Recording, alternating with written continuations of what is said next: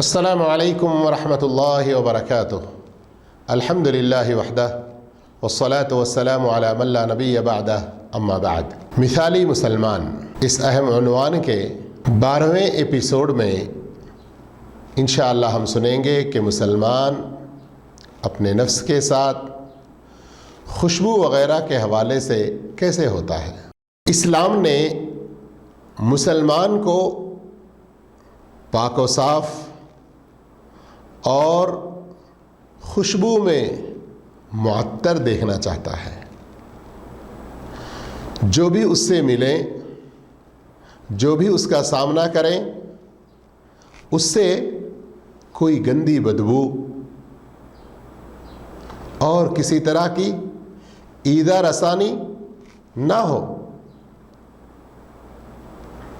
اسی لیے اپنے دانتوں کی صفائی، منہ اور ناک کی صفائی، ان سب چیزوں کا حکم دیتا ہے۔ اسی لیے ہم دیکھتے ہیں نبی کریم صلی اللہ علیہ وسلم مسواک کا بہت زیادہ اہتمام کیا کرتے تھے۔ مسواک کا یہ اہتمام صرف دانتوں کی صفائی کی حد تک ہی نہیں، منہ کی بدبو کو دور کرنے کا ہی ایک سبب نہیں، بلکہ اس کے ظاہری اور باطنی کئی سارے فائدے ہیں۔ اس لیے مسلمان اس کا اہتمام کرے، ہمیشہ اس کے ساتھ، اس کے جیب میں اس کا مسواک ساتھ رہے، اور سال میں ایک بار یا جب بھی دانتوں میں کوئی خلل، منہ میں بدبو کے حوالے سے روٹین اور عادت کے خلاف کوئی چیز محسوس کرے تو وہ ڈاکٹروں سے رابطہ کرے۔ مسند احمد اور ابو داؤد کی حدیث میں ہے، عائشہ صدیقہ رضی اللہ تعالیٰ عنہ فرماتی ہیں کہ نبی کریم صلی اللہ علیہ وسلم دن میں ہو یا رات میں جب بھی آپ آرام فرمانے کے بعد جاگ جاتے تو ضرور مسواک کیا کرتے، پھر اس کے بعد وضو کیا کرتے۔ نبی کریم صلی اللہ علیہ وسلم ہمارے اپنی منہوں کی صفائی کے حوالے سے کس حد تک تاکید فرماتے ہیں، ذرا اس حدیث پر غور کیجئے۔ بخاری وغیرہ کی صحیح حدیث ہے، لولا ان اشق علی امتی، اگر مجھے اس بات کا اندیشہ نہ ہوتا کہ میری امت کو تکلیف ہو جائے گی، تکلیف ہوگی، یہ احساس ہوا تو آپ صلی اللہ علیہ وسلم نے حکمن نہیں کہا، ورنہ کیا فرما رہے ہیں، مجھے اندیشہ نہ ہوتا کہ میری امت کو تکلیف ہوگی تو میں ہر نماز کے موقع پر انہیں مسواک کرنے کا حکم دیتا۔ غور کریں آپ، عند کل صلاۃ کے جو الفاظ حدیث میں آئے ہوئے ہیں، اس سے صرف نماز کے موقع پر پاکی صفائی، منہ سے کوئی بدبو نہ آنے پائے، اس کے اہتمام کی جہاں ہمیں خبر ملتی ہے۔ دن میں 5 مرتبہ ایک مسلمان مرد باجماعت نماز ادا کرتا ہے تو کم سے کم 5 مرتبہ اسے مسواک اپنے دانتوں پر چلانا چاہیے۔ بلکہ مسلم شریف میں ہے، آپ صلی اللہ علیہ وسلم کے بارے میں حضرت عائشہ صدیقہ رضی اللہ تعالیٰ عنہا سے سوال ہوا کہ آپ صلی اللہ علیہ وسلم گھر میں داخل ہوتے تو سب سے پہلے کیا کرتے؟ تو ہماری اور آپ کی امی جان ام المؤمنین صدیقہ طاہرہ رضی اللہ تعالیٰ عنہا فرماتی ہیں کہ آپ جب گھر میں داخل ہوتے تو مسواک کرتے ہوئے داخل ہوتے۔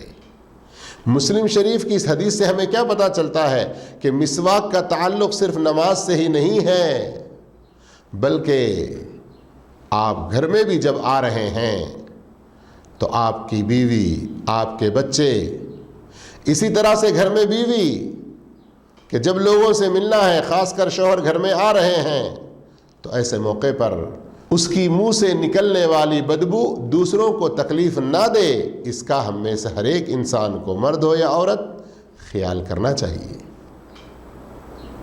اور یہ بھی دین میں سے ہے، اس کا اہتمام کرنا، اس کا خیال کرنا ہمارے لیے نیکی اور اجر و ثواب ہے۔ ان احادیث میں ایک طرف تو ہمیں یہ پتہ چلا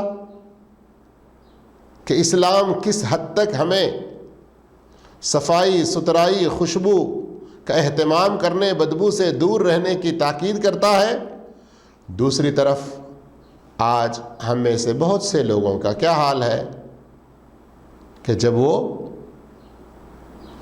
مسجد میں داخل ہوتے ہیں، کسی علم کی محفل میں شریک ہوتے ہیں اور کہیں لوگوں کے درمیان میں بیٹھنا ہوتا ہے تو وہ اپنی اسی حالت میں آ جاتے ہیں جو بھی ان کی حالت ہے، پسینہ نکل رہا ہے، بدبو پھوٹ رہی ہے، اور ان کے داخلے سے بعض دفعہ کیا ہوتا ہے کہ لوگوں کو بڑی اذیت پہنچتی ہے، جبکہ ہم وہ مسلمان ہیں کہ بار بار مساجد میں حاضری کے حوالے سے نبی کریم صلی اللہ علیہ وسلم کا یہ فرمان سنتے ہیں، جو پیاز لہسن اور اس جیسی چیزیں کھا کر آئیں وہ ہماری مسجدوں کے قریب نہ آئیں۔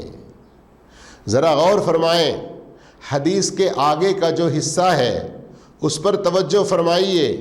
آپ صلی اللہ علیہ وسلم کچی پیاز کچی لہسن کھا کر مسجدوں میں آنے سے جو منع کر رہے ہیں، کس لیے؟ فَإِنَّ الْمَلَائِكَةَ تَتَأَذَّى بِمَا يَتَأَذَّى بِهِ بَنُو آدَمَ، انسانوں کو جس چیز سے تکلیف ہوتی ہے، فرشتے جو مسجدوں میں نمازوں کے وقت بالخصوص حاضری دیتے ہیں، ان فرشتوں کو بھی اس طرح کی بدبو سے اذیت پہنچتی ہے، تکلیف ہوتی ہے۔ دیکھیں، ہمارے کام کاج، ہماری مشغولیتیں مصروفیتیں، ہماری اپنی ڈیوٹیاں، یہ سب اپنی جگہ سچ ہے، لیکن جب نماز کا وقت آ جائے، لوگوں کے درمیان میں مل جلنے بیٹھنے کا وقت آ جائے، تو ایسی صورت میں ہم اپنے لیے ایک اچھا سا لباس، کوئی مناسب خوشبو ساتھ رکھ لیں، تاکہ ایسے موقع پر ہم خود بھی اپنے آپ میں ایک ریفریش، ایک تازگی، اپنے اندر ایک اچھا پن محسوس کرتے ہوئے اپنی طرف سے دوسروں کو کوئی تکلیف پہنچانے سے بچا سکیں۔ اور یقین رکھیں، اس میں بھی اجر و ثواب ہے، نیکی ہے۔ اور اس ناحیے سے بھی ہمیں احادیث میں بڑی رہنمائی دی گئی ہے کہ ابو داؤد کی ایک صحیح حدیث میں ہے کہ نبی کریم صلی اللہ علیہ وسلم کی مجلس میں ایک آدمی بالکل میلے کچیلے کپڑوں سے داخل ہوا، تو آپ صلی اللہ علیہ وسلم نے فرمایا، کیا اس کو ایسی کوئی چیز نہیں ملتی جس سے وہ اپنے کپڑوں کی صفائی کر لے اور کپڑوں کو دھل لے؟ کیا مقصد ہے نبی کریم صلی اللہ علیہ وسلم کے اس فرمان کا؟ مقصد یہی ہے کہ مسلمان اچھے لباس میں، مسلمان اچھے منظر میں، دیکھنے والوں کی نظر میں بھی وہ محبوب ہو، اس سے کسی کو کوئی اذیت نہ پہنچنے پائے۔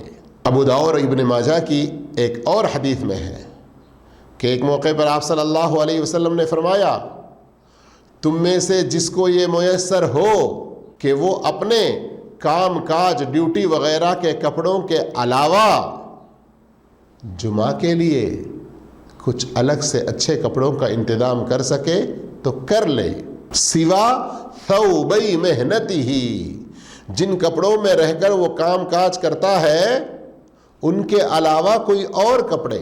تو غور کیجئے، اسلام ہمیں اسراف سے بھی بچاتا ہے، سادگی اپنانے کا بھی حکم دیتا ہے، لیکن ساتھ ہی ساتھ ہم کم سے کم ایسا لباس پہن کر لوگوں سے ملنا جلنا، لوگوں کے درمیان میں اٹھنا بیٹھنا اور عبادت کی، علم وغیرہ کی محفلوں میں حاضری دینا ایسے لباس میں جس سے ہماری اپنی بھی ایک اچھی پہچان اور دوسروں کو ہماری طرف سے کوئی تکلیف نہ پہنچنے پائے۔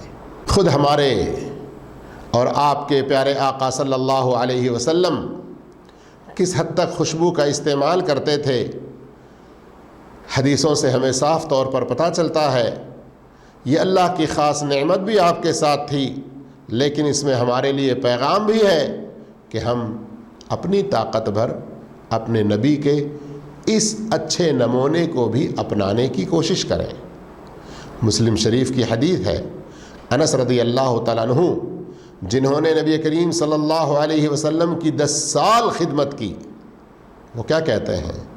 ما شممت عنبرا ولا مسکن اطیب من ریح رسول اللہ صلی اللہ علیہ وسلم۔ آپ صلی اللہ علیہ وسلم کی خوشبو سے بڑھ کر مشک و عنبر کی خوشبو بھی میں نے کبھی نہیں سونگھی۔ اللہ اکبر۔ یہ کیوں؟ کہ آپ صلی اللہ علیہ وسلم ہمیشہ پاک و صاف رہنے کا اہتمام فرماتے، اپنا لباس بھی، اپنا جسم مبارک بھی۔ اسی لیے صحابہ بیان کرتے ہیں کہ جب آپ صلی اللہ علیہ وسلم کسی سے مصافحہ کرتے، کافی دیر تک اس آدمی کے ہاتھ میں خوشبو ہوتی۔ کسی بچے کے سر پر آپ ہاتھ رکھتے تو اس بچے کے سر پر کافی دیر تک خوشبو رہتی۔ امام بخاری رحمہ اللہ نے اپنی ایک اور مشہور کتاب تاریخ کبیر میں لکھا ہے کہ جابر رضی اللہ عنہ کہتے ہیں کہ اللہ کے رسول صلی اللہ علیہ وسلم جس راستے سے گزر کر جاتے، بعد میں اس راستے پر گزرنے والا خوشبو سے ہی پہچان لیتا کہ اس راستے سے نبی کا گزر ہوا ہے۔ ایک مرتبہ اللہ کے رسول صلی اللہ علیہ وسلم انس رضی اللہ تعالیٰ عنہ کے گھر میں آرام فرما رہے ہیں اور آپ کے جسم مبارک سے پسینہ نکلا تو اس میں بھی خوشبو۔ انس رضی اللہ تعالیٰ عنہ کی والدہ نے ایک شیشی کا انتظام کر لیا اور نبی کریم صلی اللہ علیہ وسلم کے پسینے کو اس میں لے لیا۔ اللہ کے رسول صلی اللہ علیہ وسلم نے دیکھا اور پوچھا تو انس رضی اللہ تعالیٰ عنہ نے کہا، ہمارے پاس جو عطر ہے اس میں اس خوشبو کو ملائیں گے تاکہ ہمارے عطر کی خوشبو بڑھ جائے۔ اللہ اکبر۔ آپ کہیں گے یہ تو نبی کریم صلی اللہ علیہ وسلم کے لیے بھی کوئی معجزے کی طرح ہو سکتا ہے، لیکن بتانے کا اصل مقصد یہی ہے کہ آپ صلی اللہ علیہ وسلم اہتمام بھی فرماتے۔ ہم بھی آپ کے اعلیٰ نمونے کو اختیار کریں، خوشبو کے حوالے سے اپنے جسم اور کپڑوں سے ان کی بدبو سے کسی کو تکلیف نہ پہنچے۔ ہم اس ٹاپک میں بھی دوسروں کے لیے ایک مثالی مسلمان بننے کی کوشش کریں۔ مسلمان اپنے نفس کے ساتھ، یہ سلسلہ آگے بھی جاری رہے گا۔